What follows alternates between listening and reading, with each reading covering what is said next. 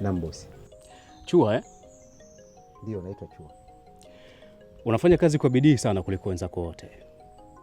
Nashukuru sana bosi. Ni kitu gani kinachokupa hamasa ya kufanya kazi kwa nguvu na bidii kiasi hiki?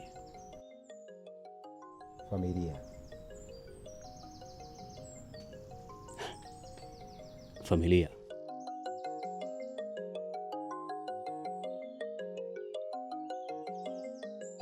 Umejibu neno moja tu, familia. Kwa nini familia? Bosi, wanadamu tuna ndoto nyingi sana ambazo tunatamani kuzitimiza, lakini sio zote ambazo tunaweza kuzitimiza, hasa kwa watu maskini kama mimi. Maana ndoto nyingi ni ngumu na ghali sana.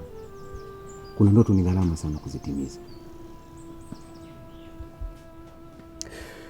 Bado sijakuelewa Chua. Nafanya kazi kwa bidii sana, maana ndoto yangu kubwa na rahisi kuliko zote ni familia, na ndio inanipa hamasa. Unajua bosi, mimi sikubahatika kwenda shule na kupata elimu kubwa kama ulionayo wewe. Hivyo nikaamini kwamba kuna ndoto nyingine ambazo siwezi kuzitimiza. Ndoto kubwa na nyepesi isiyohitaji gharama zozote zile wala elimu. Ni ndoto gani hiyo? Ndoto yangu ni kuwa baba bora kwa mke wangu na watoto wangu. Naamini kwangu hii ndio ndoto rahisi na kubwa kuliko zote, ambayo haihitaji gharama. Inachohitaji zaidi ni upendo, furaha, amani, kujituma na kuwa mkweli kwa familia na jamii yangu na kwa watu wengine pia.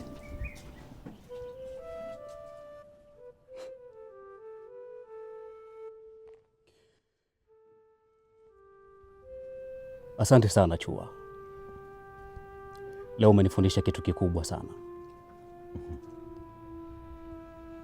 Bosi, lakini umepita madarasa mengi kuliko mimi. Nawezaje kukufundisha? Chua,